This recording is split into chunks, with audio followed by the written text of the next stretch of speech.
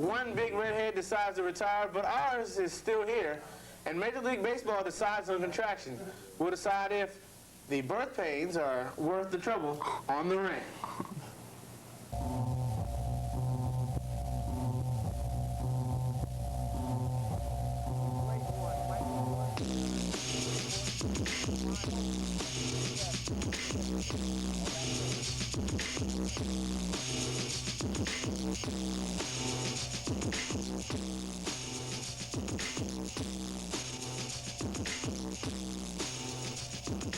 Jeremy, man, wipe off them tears, bro.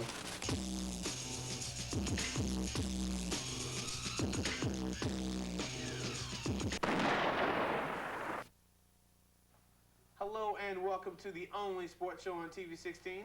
Unfortunately, we're not the only sports show. We're the Rant, often duplicated, never quite imitated. We have Pardon the Interruption on ESPN and Unscripted and the best dang sports show, period. All those imitators can't quite wreck it like we do here on the Rant. Yeah, wreck it.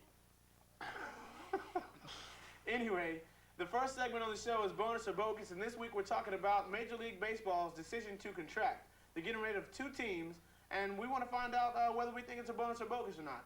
We'll give you a chance to put in your input later in the show, but right now, Josh, it's your turn. Well, Jeremy, I would definitely have to say, as far as the contraction of two teams in Major League Baseball, that it's a bogus. Not because of the economy, because that's the reason that they're doing it, is because the teams aren't raking in enough money. But if you think about the teams that they're thinking about contracting, the Florida Marlins, the Minnesota Twins, both teams which won World Series trophies, that takes away from the history of baseball.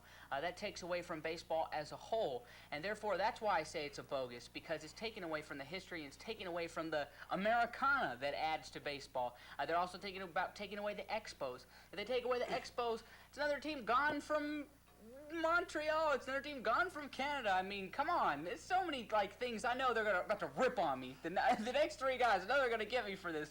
But I'm just saying that it's taken away from overall the whole. If baseball were a pie, oh, they're going to jump on me for this one.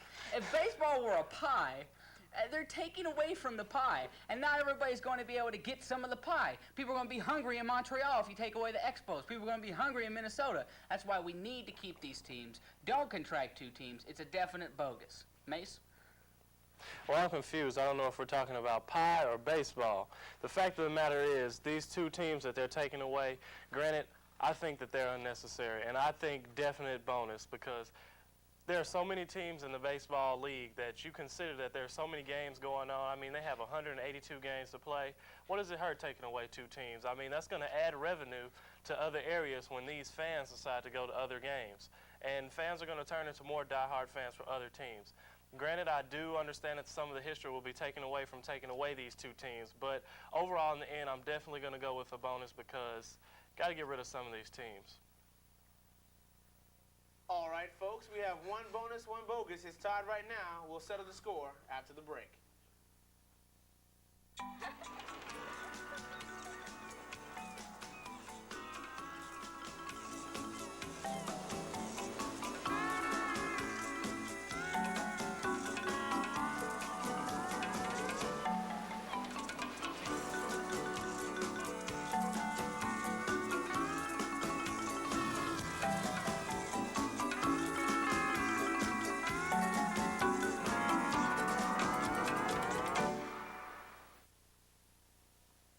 Thank you for tuning in to The Rant. If you're just joining us, we're talking about baseball's decision. They decided to contract two teams from the league. We have one bonus with Mace and one bogus with Josh. Brad, it's your turn. Well, Mace, I'm going to start off by telling you that in the baseball season, there's only 162 games, not 182. But Josh, for one thing, when you use the analogy of the pie and Mrs. Smith's baked apple pies, one pie would serve every single fan at a Montreal Expos game. That's how few there were this year. Nobody cares about the Expos in Canada, the United States, anybody. The owner doesn't even care about the Expos. He wants them to be gone just as much as everybody else does. Nobody's gone to an Expos game in, I don't know, ever since they started. But the Expos need to leave. I'm definitely for getting rid of teams in baseball. I think that it would be good for the other teams, you know, so maybe we can have more talent on some of the teams so the Yankees won't. Well, the Yankees are always going to be good because they always got the cash. But the Marlins and the Expos, I think, are the two best choices because neither one of them. Minnesota's been around for 40 years. They've got a lot of history. They got 2 World Series rings. And I just don't think that they're a good team. They might not have put in as much money as the Marlins have, but I feel like Florida, they just don't have the history that Minnesota has. So I think that it should be Florida and Montreal being the teams that are no more. But one thing that's really got on my nerves in this whole entire thing is Donald Fear. I don't know if y'all remember him from a couple of years ago when they had the players' strike, but he's the main arbitrator for the MLBPA. And if there's anybody in sports that gets on my nerves more, it doesn't exist. Donald Fear is the worst character in sports, worse than Bud Selig, worse than any commissioner or owner. John Rocker. He's worse than John Rocker. John Rocker at least speaks his mind and doesn't play both sides of the fence. So I'm a definite bonus for contraction of Major League Baseball and a definite bogus for Donald Fear. Jeremy? Before I get to my take, I'm going to set the record straight. The only one worse than John Rocker is the devil himself. He gets a big fat poopy face for me. Now, back to baseball contraction. I think the reasons for baseball deciding to contract are horrible. Capitalism has finally come to Cooperstown, but the bottom line is there's way too many teams in the league. They never should have expanded. Bringing these 2 teams back out of the league, and I agree with you, Brad, it shouldn't be Minnesota. But taking 2 teams away puts a couple of pitchers where they should be in the minor leagues, and that'll bring down some of the home run totals that we've been having. You have better pitchers, better talent in the league, and baseball will be a better product. Now, I don't believe that, the reason should be merely financial. I mean, I think the NFL has it right. They have a good deal with the Players Association, and for those of you who didn't know the acronym Brad used before, that's Major League Baseball's Players Association. But they have a good deal with the players. They have a good deal with the owners where the teams that don't make as much money give money to a pot so that everyone can stay kind of on an even keel. That's why you have parity amongst the teams of the league. That's a good thing. That's good for the sport. Baseball needs to take a page out of the NFL's book and look at the way that they're doing it. Yes, it's a socialist kind of society, but it makes it work. I mean, we're all trying to be entertained by this game. I understand that taking away teams in Montreal and other places, put some of the fans out, but they're not going to the games anyway. There's been a number of teams. I think they said 7 teams actually drew more people than the Montreal Expos. 7 teams in the minor leagues. 10. That's Jeremy. 10. 10 That's AAA ridiculous. franchises. That's ridiculous. So Montreal definitely doesn't deserve it. I can't call it on who it should be. I know it shouldn't be Minnesota, but it's a definite bonus that they're deciding to take away some of the teams in the Major League Baseball. Real fast, you mentioned something about expansion, and I think this last expansion was a bad idea because the way the Marlins have already drawn fans in Florida shows that the only thing worse than having a Major League Baseball team in Florida is having the Grizzlies in Memphis. Because baseball, nobody cares about baseball in Florida. The Devil Rays draw horrible attendance. I mean, if you can walk up on the day of a game and get a ticket on the very front row in the outfield or the very front row on first base line, you don't need to have a team there. So I definitely feel that Florida should be gone. And nobody cares about baseball in Canada. They got the CFL. They got their 110-yard field. They had Doug Flutie and Mike Myers. But Jose Vidro, do they really care about him? I know one player they are hooping and hollering about in Canada is Vladimir Guerrero, but I think he'd be much better served stateside so he can actually play where someone's going to see his talent because that kid is just a straight beast. If baseball was the gospel, he would definitely be up in there. He'd be an apostle. I'm glad to be a part of the show, and I'm glad to have Brad around to point out everyone's blemishes, just like the blemish on his face right here that needs to be popped out. All right, what about all these little bumps right here, man? Hold on. You touching. Yeah. But Brad did bring up some good points and some of the things that he was saying. And I'm going to go with bonus just because I think that there are too many teams, and it doesn't hurt to get rid of these teams because there aren't fans coming out to watch it. I mean, there's more fans watching the Rant, you at home. There's more fans watching the Rant than there are attending these games. So get rid of the teams. Wow. Holla what it do. Josh, I'm going to give you a chance to redeem yourself. It seems like we're ganging up on you. Well, we got 3 bonuses and 1 bogus. Well, Josh. the thing that we do, Jeremy, in debate, and it's really exciting to look at, you always try to hit on one positive point. If everything else is wrong in your debate or in your argument, you always still hit on one positive point that works for you. And I think that each one of these three fellow panel members, especially the two that are squeezing on each other's faces, would agree that that it is going to take away from Americana. That it is going to take away, by contracting two teams, it will take away from the history of baseball. When you take away a team that's won the World Series, you take away a piece of the history from baseball. I truly believe that. If you take away the Florida Marlins, I believe that in part you will take away part of that history. But you're also out of the history that the Marlins are no more, because they're not a good team. And it's not necessarily they're not a good team, but I worked construction this summer. I saw 2 Florida Marlins hats in my whole entire life. Where were they? On the construction site. What am I trying to say? He doesn't. What are you trying to say? Nobody's a Florida fan. The only time anybody wears a Marlins hat is when they're trying to keep the sun out of their face. It's not to show that ugly fish in the teal green colors. Nobody cares about Florida Marlins. Nobody cares about Florida baseball or Canadian baseball. So I don't see how you're saying Americana. That's Canada, Canada, whatever you want to call it. Canada. Canada. All right, folks. Things are getting a little bit ridiculous. We're going to go ahead and pop over to the Rant Scope. This week, things are a little bit different this time around.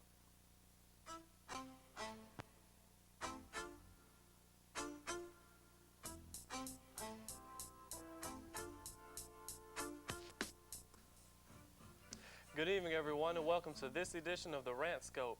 And today we have a little bit of a different twist on things, as Jeremy, the host over here, usually is the one at the asking the questions position. Today he'll be answering the questions. And for those of you at home that are wondering, no, my skill level hasn't surpassed everyone so greatly that I've taken over the show and now I'm in charge. We just decided it'd be interesting to do a little different twist on things. First of all, Jeremy, I just want to ask you, how did you come about the idea for the Rant? Actually, Mace, it's an extension of the newspaper column I had while I was a Morehouse College student. I was assistant sports editor for the Maroon Tigers, the school's newspaper, and my column was Ritt's Rantings, and where I gave kind of a opinionated take on all the different sports issues of that week. And I came to Harding with one of my goals was to have my own show, but I didn't want to put my name on that show because it's kind of egotistical. So I went from Ritt's Rantings to just the Rant because I knew I was going to have more than just me on the show. And I don't want to, ruffle any feathers. So that's where I came up with the name The Rant. Now, I know this is the million-dollar question, the question that everyone at home is wondering. They're on the edge of their seats wondering right here. How come there aren't any girls on the show, The Rant? I've actually been asked this question a number of times, and I say the same thing every time. If I was doing a show on cooking or cleaning, then I'd have girls. But I'm doing a show on sports, and the fact of the matter remains, as sexist as it sounds, girls don't know as much as guys do about sports, and I don't want to have a show that has people who don't know what they're talking about. Now, if I was to encounter a girl who had enough sports knowledge and could, give a take on a different sports issue at the drop of a hat, then I would. I mean, sometimes we've come in here and we don't even know what we're talking about that week, but it takes us 5 minutes. Plenty of times. It takes us 5 minutes, and we have something to say that matters. I just haven't met any girls who displayed that ability. Now, if I do meet a girl who has that ability, I'd be willing. If you can get me a take, less than 5 minutes of you giving your little take on sports, and leave it with the communications office here in the Reynolds Center, and I'll view those tapes. If you're good enough, you can have my spot next semester. No, because I'm trying to get a spot next semester. But anyway, on to more important things. Career plans. Tell me about some of the things that you want to aspire to do in the future. Well, Mace, my ultimate goal is to become a SportsCenter anchor for ESPN. But my first love is and always will be writing. So on top of that SportsCenter anchor position, I want to have my own column, possibly in ESPN, the magazine. Not to say that I would only work for ESPN. I mean, who knows? I'm just starting my career. I know I have to pay my dues, so there may be another network that's on the top of the world by the time I'm ready to fully break into the business. And, I'll work for whoever I can. But right now, I'd say ESPN Sports and Anchor, and I have my own column either for a newspaper or for a weekly sports magazine. All right. Now, what has been most of the influence in your life? Who have you gotten that from? Well, professionally speaking, I'd have to go with Michael Wilbon. He's one of the sports columnists for the Washington Post, and he's actually done kind of what I wanted to do. Like I said, my undergraduate degree is in English, and so my skills are based in writing, and I wanted to make that switch along further down the line in my career. That was my initial plan, to spend a couple years writing for a newspaper, writing for magazines, and make the jump to TV. But as you see, Wilbon, he's on Pardon the Interruption for ESPN, a show which is a lot like the Very Rant, similar. even though the Rant came first. Yes, folks, the Rant did come first. But I want to make that switch, writing and then go to TV. But Harding University has given me the opportunity to kind of hone my skills on TV, so that I may not have to spend so many years working for a newspaper. I can, just start in TV and work my way up the TV ranks. Now, you talked earlier about how the Rant is an original idea and it came from you. Tell me about some of the influences that you got this show from other sports shows. Like, what are the type of elements? I know we do the 2-minute warning, and that's similar to a 2-minute drill on ESPN show.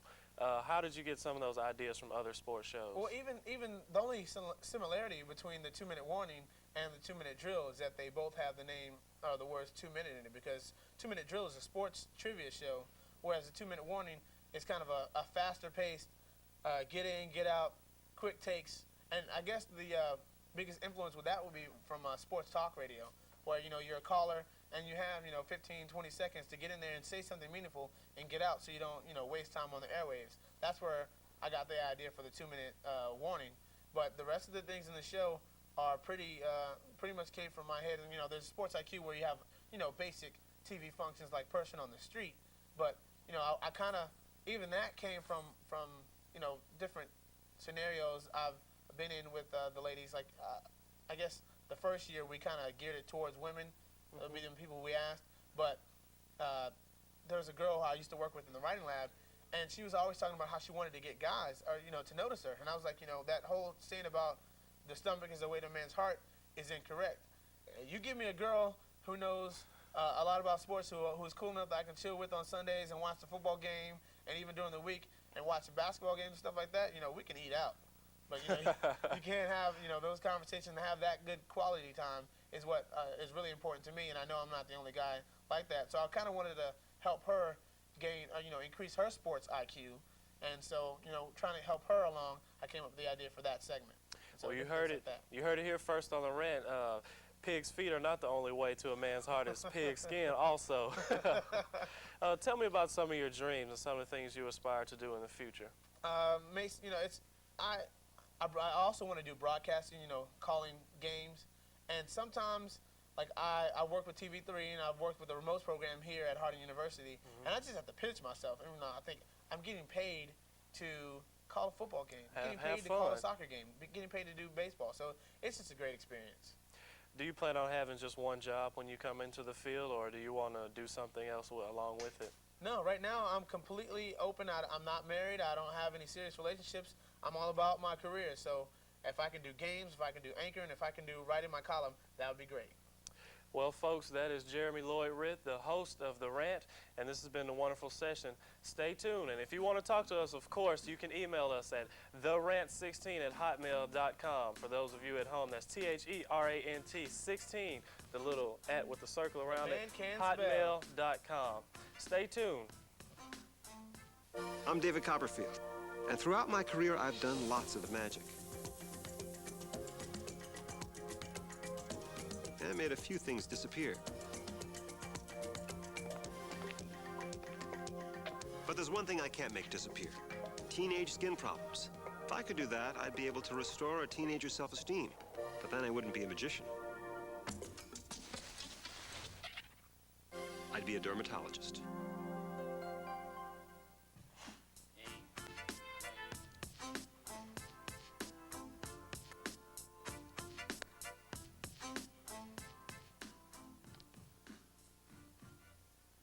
Large mammals with red hair are hard to come by, especially the good ones. The St. Louis Cardinals know all about that, as Mark McGwire has retired. But we still have our large mammal with red hair, Scott Smith. Here's Scott with Rant Down the Line. Welcome to Rant Down the Line. I'm Scott Smith. Taking a look at Major League Baseball, St. Louis Cardinals first baseman Mark McGwire announced Monday that after much consideration, he has decided to retire. The 38-year-old home run king told reporters that he was just worn out. McGwire has also reportedly been wooing Oakland first baseman Jason Giambi to St. Louis to replace him. Now, I'm not ashamed to say that I'm a huge Mark McGwire fan, and he's probably my favorite, but he will be surely missed. The Washington Wizards' Michael Jordan comforted McGwire in his time of loss by saying, "Don't worry, your first retirement is always your hardest." In the NFL, Falcons coach Dan Reeves tried to smooth things out Monday between players after relatives of Falcon players were arguing in the stands. Diane Chandler, wife of Chris Chandler, confronted a section of fans that cheered when her husband was injured. They were excited because they wanted Michael Vick to play. The cheering fans were relatives of Atlanta's Shawn Jefferson. The fans didn't take kindly to Mrs. Chandler's defense of her husband and showed this by shouting profanities and throwing cans at her. Jim Christian, father of fullback Bob Christian, attempted to intervene on Mrs. Chandler's behalf, but ended up getting thrown into the shouting match as well. The players were shocked of their family's behavior and apologized for the dispute. The issue is set to resolve on Monday's Jerry Springer. In college football, UCLA star running back Deshaun Foster was suspended from last Saturday's game against Oregon Ducks after he violated the NCAA rules on extra benefits. Foster has reportedly been given a 2002 Ford Expedition from a friend. The friend turned out to be Luther from St. Elsewhere. Yeah, I don't know who he is either, but Foster was turned in by an unknown source via email. Peter Dallas, a member of the NCAA enforcement staff, said he admitted that a benefit had come his way, but I'm not sure he was aware that it was wrong. Following these statements, Foster responded, "I know what's right and wrong. Like if the kid who sits next to me in my class fills out the wrong answer on my test, I have a right to hit him." In horse racing news, Breeders' Cup Turf winner Fantastic Light has retired. The decision has come just after Fantastic Light purchased a beautiful waterfront home in Florida. Mr. Light will be enjoying his retirement with wife Bright and his two sons, Sun and Night. Get it? Because last name is Light. Yeah. Also in horse racing, Golden Apples won the Las Palmas Handicap at Santa Anita on Sunday, defeating Dancing on Ice. How about them apples? In Olympic figure skating, Evgeny Plushenko won the men's event at the Nations Cup Grand Prix figure skating competition on Sunday. Skating to a mixture of movie soundtrack cuts, he hit his quadruple triple-double, followed by another triple-triple, a quad Salchow triple-toe loop, a quadruple throw Salchow, followed by another two quads, a triple axel, a solo quad toe, and two quadruple jumps. Good job, dude.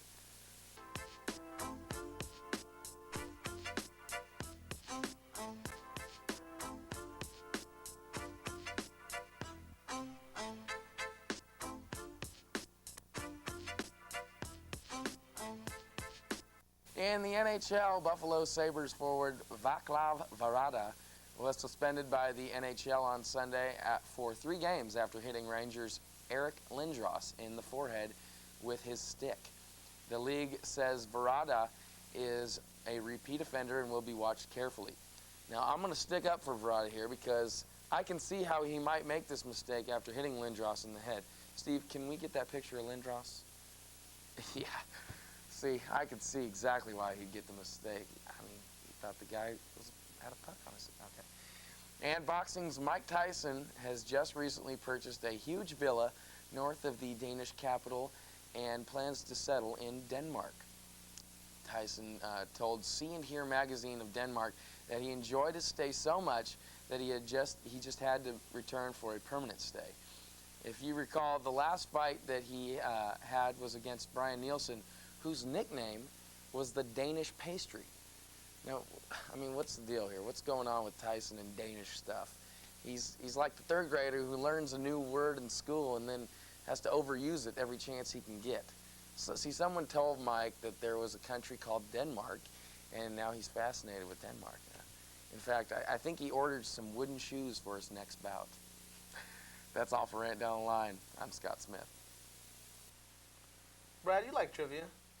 What team does Michael Jordan play for these days? I don't know. I know you know, but I want to find out who on campus knows. And so does Josh Davidson and Steve Thompson. Sports IQ is next.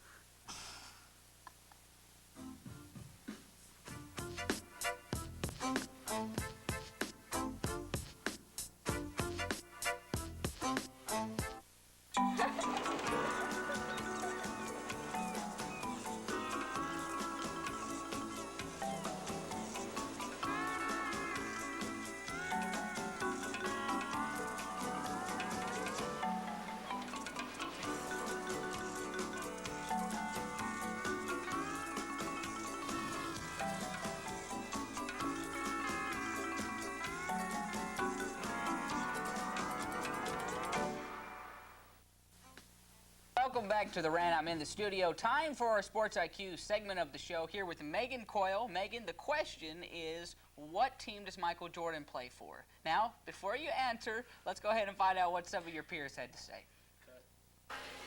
That team he owns now. Oh, I know this one. Seattle.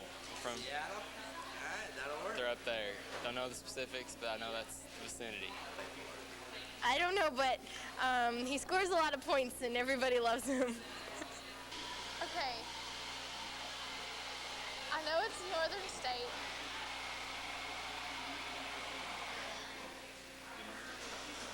It's the Washington Wizards. It's a real dumb name. Bulls! Now? Shoot. I want to say the Bulls, but I really have no idea if he stuck that out or not. All right, those were some interesting answers. Megan, what team does Michael Jordan play for? Do you know? I'm going to take a wild guess and say the Wizards.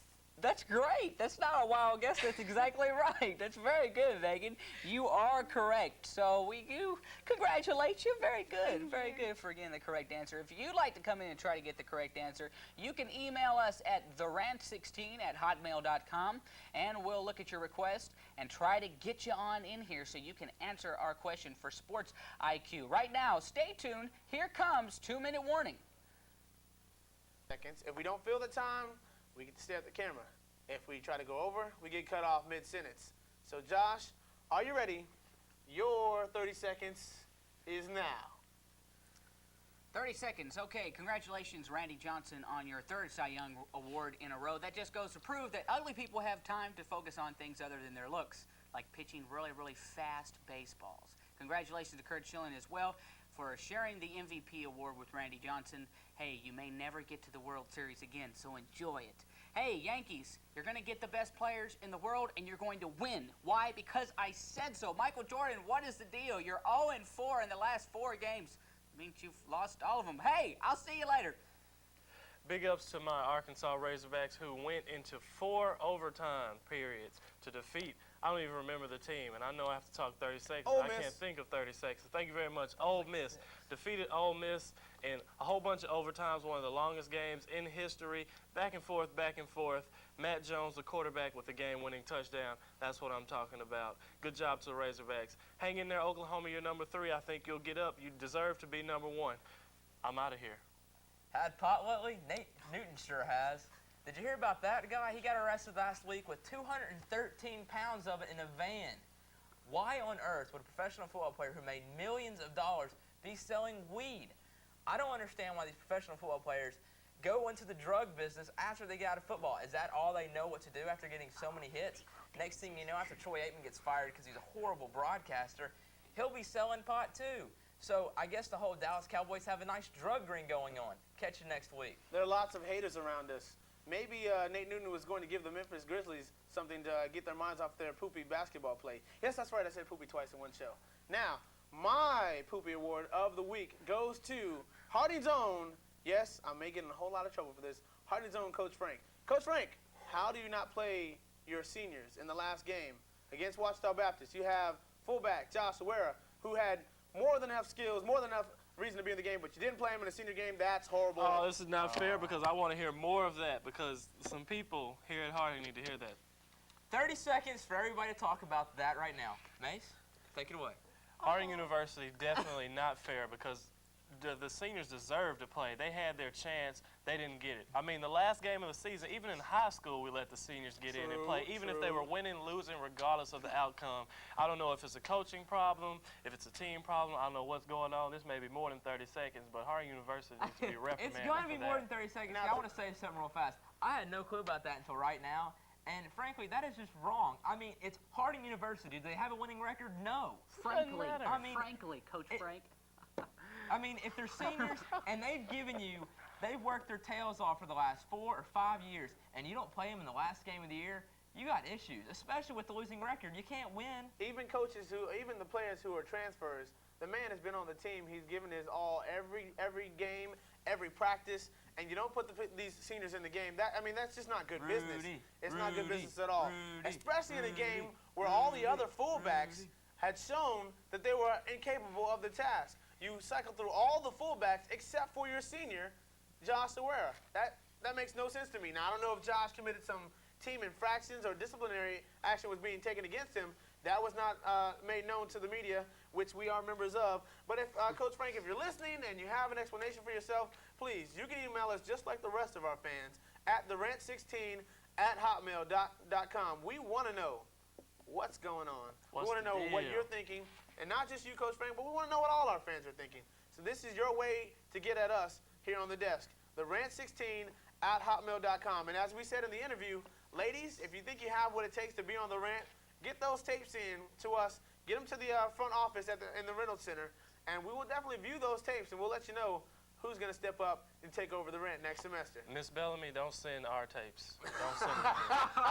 You need to send those to my campus. That's all the time we have this week, but I want you to hear this song we have by a young man named Wes Montague. The song is called Content, and as we roll credits, listen to the sounds of my man Wes.